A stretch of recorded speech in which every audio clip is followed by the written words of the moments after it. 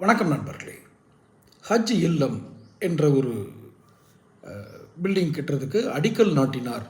எங்கள் சென்னை விமான நிலையத்திற்கு பக்கத்தில் நங்கநல்லூர் பகுதியில் ஹஜ் இல்லம் என்ற ஒரு பில்டிங்கை கட்டுறதுக்கு அடிக்கல் நாட்டினார் முதல்வர் அப்படின்னு ஒரு செய்தி படித்தேன்.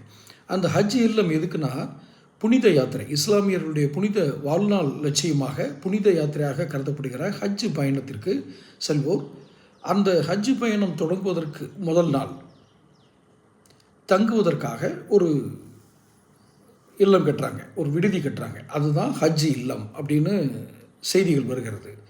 என்னுடைய ஒரு கோரிக்கை, அந்த ஹஜ் இல்லம் என்று நீங்கள் ஒரு குறிப்பிட்ட மதத்திற்காக அந்த பில்டிங்கு பேர் வைக்காமல்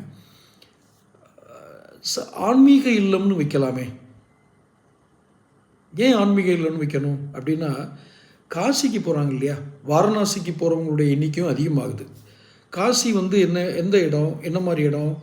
இந்துக்கள் தன் வாழ்நாளில் ஒரு முறையாவது காசியில் சென்று கங்கையில் மூழ்கி அந்த கோயில் வழிபாடு செய்யணும், இந்துக்களுடைய வழிபாடு செய்யணுங்கிற ஒரு இடம். அப்போ காசிக்கு செல்கிறவங்களும் தென் மாவட்டங்கள்லேருந்து வர்றவங்க.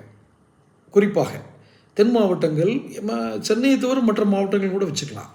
இதுலேருந்து வர்றவங்க சென்னையில் அந்த ரயில் நேர மாறுபாடு இருக்குது பார்த்திங்களா, ரயில் சேவையினுடைய நேர மாறுபாடு. ஏன்னா எந்த பகுதியிலேருந்து வர்ற ட்ரெயின் எல்லாமே காலையில் வந்துடும். இப்போ இந்த நார்த்து வடக்கு நோக்கி வாரணாசி நோக்கி போகக்கூடிய ட்ரெயின்கள் கொஞ்சம் லேட் ஆகும், மதியமோ ஈவினிங்கோ அது கிளம்பும். ஸோ இந்த நேரத்துக்குள்ளே ஓய்வு எடுக்கிறதுக்கு அவங்களுக்கும் அந்த பில்டிங் பயன்படுமே. காசிக்கு போகிறதுக்காக ஒருத்தர் வர்றதும் ஹஜ்ஜுக்காக போகிறதும் ஒன்று தான்.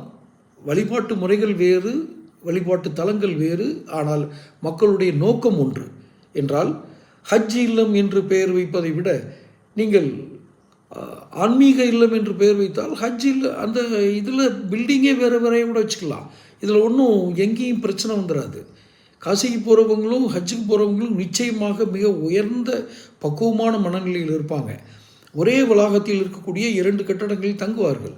நீங்கள் இப்போ ஹஜ் இல்லம்னு பெயர் வச்சு ஒரு பில்டிங் கட்டுறதுக்கான காரணம் அடிப்படையில் எப்படி புரிந்து கொள்ளப்படும் என்றால், வேறு யாரும் புரிஞ்சுக்கிறாங்களோ இல்லையோ, தேர்தல் சமயங்கிறதுனால நீங்கள் இஸ்லாமியர்களுடைய வாக்குகளை குறிவைத்து தான் இதை செய்கிறீர்கள், வேறு எதுவும் உங்களுக்கு அவங்க இஸ்லாமியர்களுடைய புனித பயணத்தின் மேல் உங்களுக்கு ஒரு பெரிய மரியாதை இருக்கிற மாதிரி தெரியலை அப்படின்னு தான் எதிர்க்கட்சிகள் சொல்லும். அதுக்கு பதிலாக நீங்கள் ஆன்மீக இல்லம் என்று பெயர் வைத்தால் நல்ல ஸ்கோர் பண்ணலாமே, பெரும்பான்மை இந்துக்களுடைய நன்மதிப்பையும் பெறலாம், அவங்களும் தங்கி ஓய்வெடுத்து காசி பயணம் போகலாம்.